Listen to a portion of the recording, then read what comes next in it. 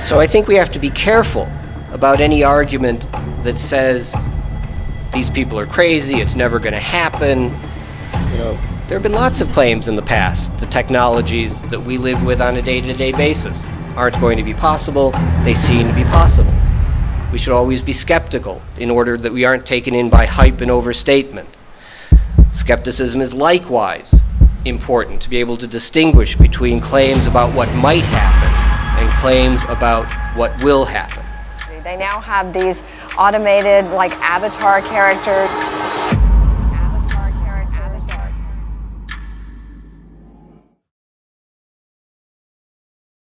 When he said this, quote, "The choice for mankind lies between freedom and happiness, and for the great bulk of mankind, happiness is better." Let's see what's going on. Yes, it's creepy as it feels like pretty invasive to me. I don't know, like, where is my sense of privacy now?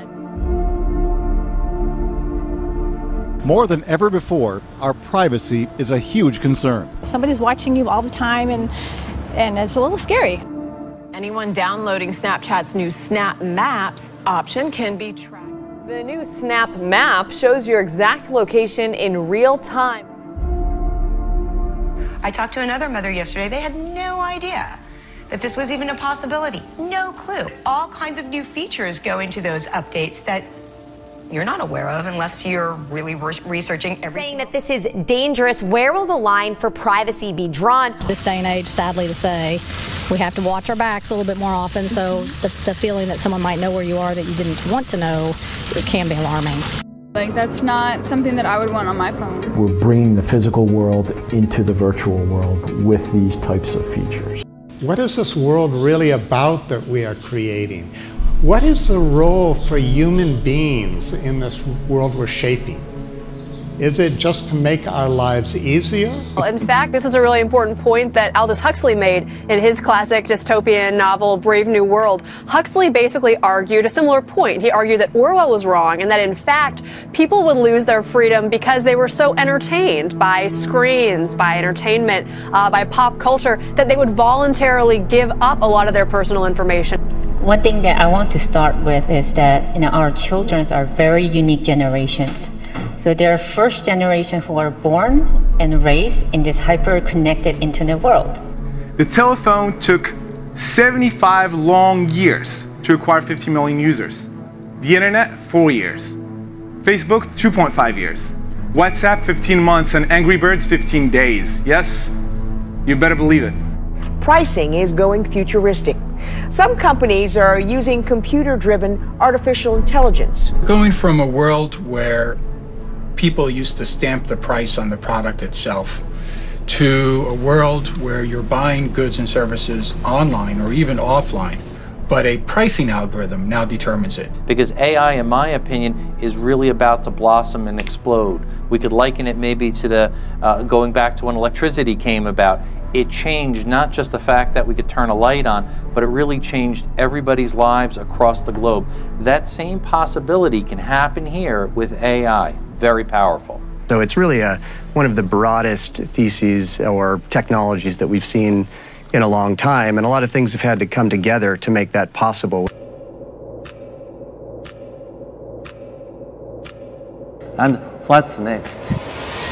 Sorry, Matt, we're running out of time, so I hate to jump in. Do we need to fear it? Mark Andreessen said, hey, don't worry about autonomous cars. Kind of laughed it off. We've always been worried about job loss due to technology. It's never happened. It never will. But is this time different because machines are thinking, not just doing? You never know what's going to happen in transitions like this. It's about unlimited access and power. In fact, one of the quotes that I found interesting is, if you want to keep a secret, you must also hide it from yourself. I mean, think about it. These companies know you better than you know yourself, and they also understand how to manipulate that knowledge. So the first category is doing. I've learned when you talk at a, this is Texas Tech, right? I mean, so they only take you seriously at technical places if you have a laser pointer. So I got myself a laser pointer, and I will use it quite superfluously. AI, as robots move from just mechanical devices to devices that can really simulate human behavior. But it's so much broader than that. Humanity itself will be changed with this superintelligence, and we are at the doorstep of that era. The other way to look at it, of course, is that this time around it is about our minds and our brains, and there's something more mystical going on and so forth. 2 airlines are testing new technology that could change airport security in the future. The new face of flying, and it's yours. At Logan Airport, some passengers no longer need a boarding pass. Instead, they can simply use their face. Yeah, the government says it will make us a little safer. Next, please. It looks like science fiction, a machine that scans your face so you can board an airplane without showing any documentation. Well, because I don't need to know everything about us. It's just kind of weird. It's the same kind of feeling with location services on phones, how it's like they're always following you. It's kind of like the same thing. Some airlines are quickly moving forward with a plan for facial recognition. Yeah, pretty fast. Some fear it's moving too fast. Implementation of the use of biometrics need to be scrutinized very closely. Now, this isn't about being a Luddite. This is about losing the kind of freedom that we obviously take for granted, because unlike the NSA and government agencies, that we're actually inviting these companies to spy on us. So when you travel and you go to the airport and you go through customs, they take note of where you're traveling. It's on their computer systems. They know exactly. They're not supposed to give that information out to anybody. No. Clearly not. But what troubles me is something different. Troubles me is why. Why are they so interested in the travel plans of those particular individuals? There are downsides and risks with every medium of communication, and television was no different, and radio was no different, and print was no different. It's just the speed and the scale and the ease of access and the affordability of the digital revolution that's making it seem like a quantum leap. Getting to be close to 8 billion of us on this planet, and we do have a moral obligation to make sure that the technologies we put in place serve the interests of humanity as a whole.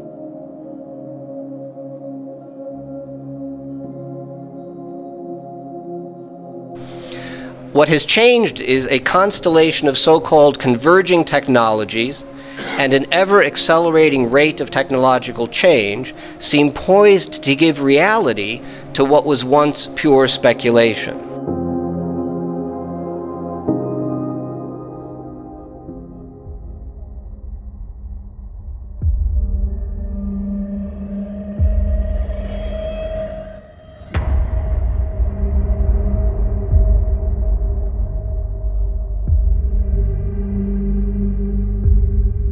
The world of cutting-edge technology is immensely appealing and seductive, on the one hand.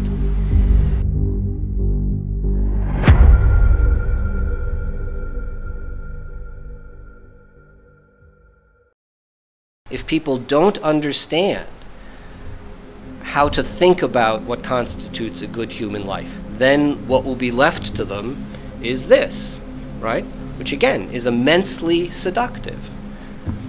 The speed is mind-boggling. What I'm particularly concerned about it is how little the world is prepared for the fourth industrial revolution. Technology disruption, the fourth industrial revolution. Boy, if only I had a penny every time I came across these buzz phrases. Whether you believe that this is a brand new, distinct industrial revolution, or you feel that it's a mere prolongation of the previous one, I think we can all agree here that this phenomenon is all about exponential speed. At the same time, education which encourages the kind of moral reflection that I am calling for is increasingly becoming a rare commodity. Education so far in the Arab world has been to stress creating clones of our students. Youth who are identical to each other, who say the same thing when they're asked a question, who answer the same way, who think exactly the same way. And this is part of our paternalistic culture, but part of the third and the second and the first industrial revolution. That the fourth revolution does not need that. It needs individuals. This is not what we are teaching. So I think that the problem is that these two trends together, you know, it's a vector that points in a very dangerous direction.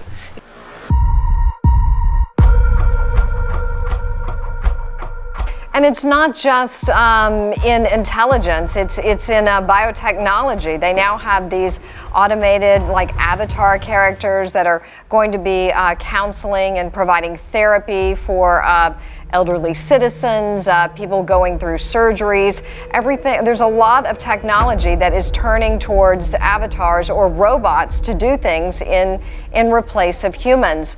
My own sense is that the AI technology is not falling from the skies. It is not being delivered in some holy water coming from some mountain. It is being built by us. It is being written by people like us, and therefore it is yet another one of our creations. And I think it is important to keep that in perspective. It is incredibly powerful.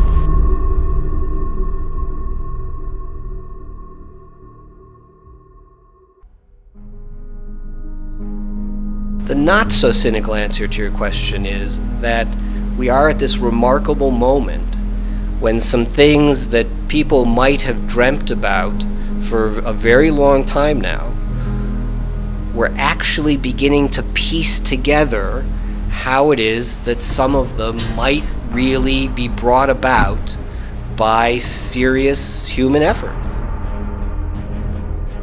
In this regard, genetic engineering is just the thin edge of the wedge. Fast forward to 2017 and we have 20 human trials.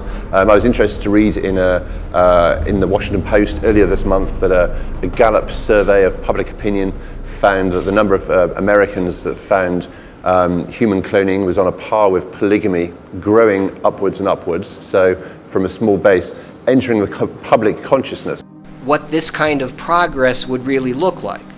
But from the broader transhumanist perspective, it is certainly difficult to imagine that somehow in a world of perpetual change, there'll be a fixed moral core to preserve as the wildest of innovations are being developed.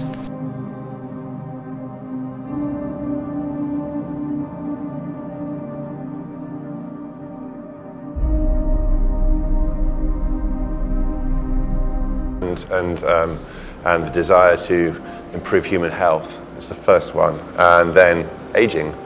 What are you going to do about making us live forever? But those who advance transhumanist goals and expectations are adamant that they simply start from extrapolations of developments that are already in the works or on the horizon.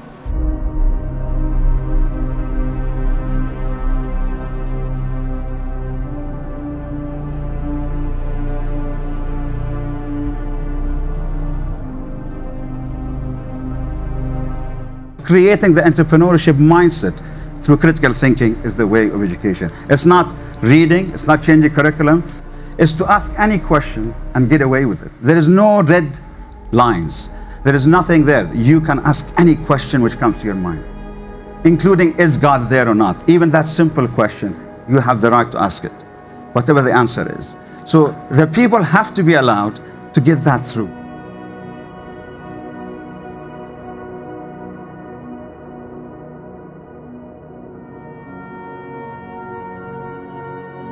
To sensible people, this goal of transforming the descendants of present-day humanity into an alien species will sound like science fiction, even a kind of science fiction that can hardly be taken seriously because it develops out of the view that is already so alienated from our humanity.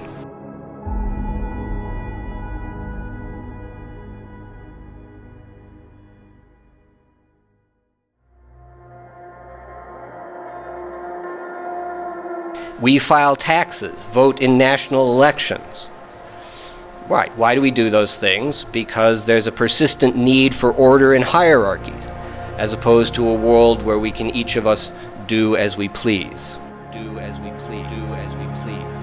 And what is the logical conclusion of this? Are we ever going to be able to draw a line in the sand? We are the most powerful generation that's ever existed in human history. In your talk, in the very end, of course, it's a very positive future shared here, which is humans being enhanced by all the different technologies hybrided or blended together. To overcome the legacy that nature has bequeathed us by the chance-driven mechanisms of evolution. If we just leave people free to make their own choices about research and development, they believe the new world will arise.